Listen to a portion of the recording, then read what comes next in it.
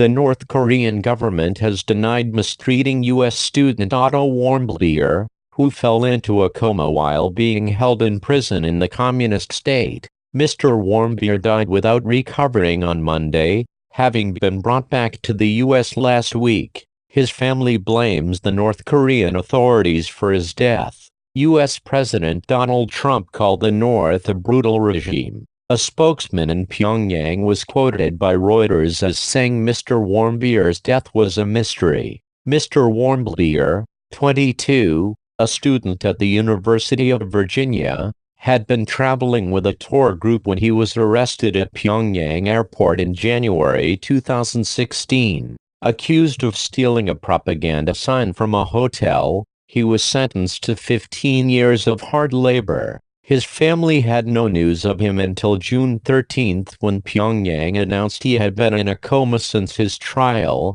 attributing it to botulism. More than 2,500 family, friends and well-wishers gathered for his funeral in Ohio on Thursday. What does the North say to accusations it caused Mr. Warmbier's death? The North Korean spokesman quoted by Reuters suggested the student had returned to the U.S. in his normal state of health. The fact that Warmbier died suddenly in less than a week just after his return to the U.S. in his normal state of health indicators is a mystery to us as well, he said. Accusations that the student died because of torture and beating during his captivity were groundless, he added. A North Korean spokesman quoted by AFP news agency accused the U.S. of mounting a smear campaign. Our relevant agencies treat all criminals thoroughly in accordance with domestic laws and international standards, and Warmbier is not an exception, a spokesman for the National Reconciliation Council said.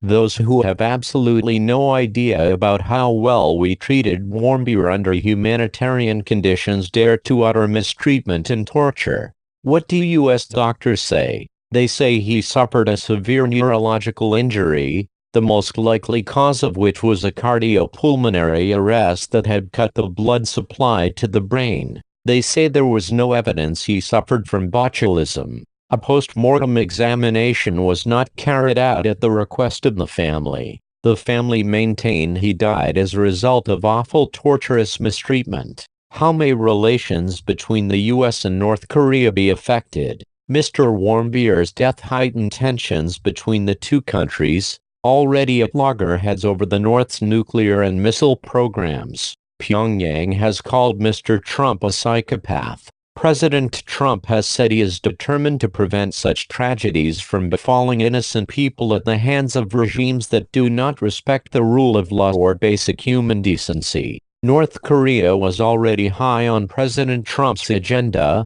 the BBC's Steve Evans reports from Seoul. This death and the public condemnation by the Warmbier family on television keeps the regime's behavior squarely in front of the American public, our correspondent adds. Meanwhile, North Korea is holding 3 other Americans as well as 6 South Koreans.